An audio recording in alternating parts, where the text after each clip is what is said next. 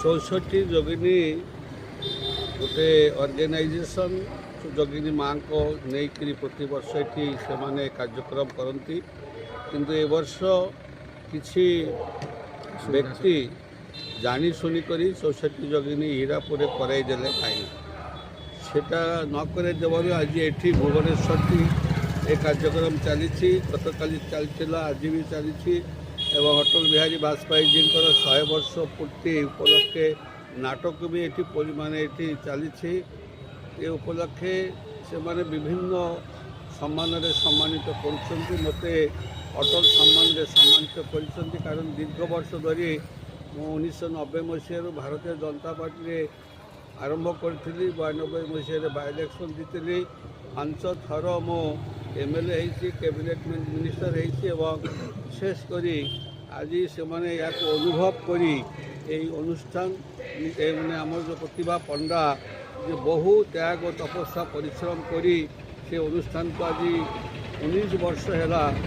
से कार्यक्रम कर चलती किंतु किसी लोक देहरे गला ना से मैंने यार प्रतिवाद करे अटोरे लोक बही आनिक धारणा जो जगार हीरापुर धारणा बसई देले किंतु माँ को इच्छा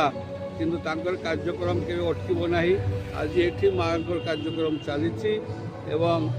अटल बिहारी वाजपेयी जी जीवनी उपरे आज नाटक चलती खूब सुंदर चली सभापति रजनी रंजन आमर दास एवं उपसभापति बंकिम दास महोदय अच्छी एवं लुना पंडा भी या सहित सामिल अच्छा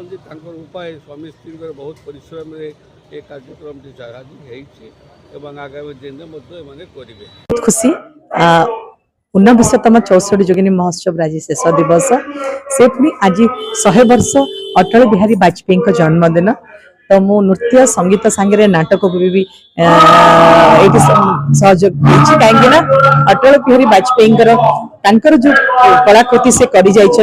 लोक सम्मुख को आनबी बोली से मोर बहुत भाग्य जे एई मो फेस्टिवल डेट आज जन्मदिन पड़ी से जिते जिते महान व्यक्ति को मुझे अवार्ड संबर्धित करे समस्त को अवार्ड देला परे मु आज अटल बिहारी वाजपेयी महोत्सव बहुत सुंदर सक्सेसफुल अटल बिहारी वाजपेयी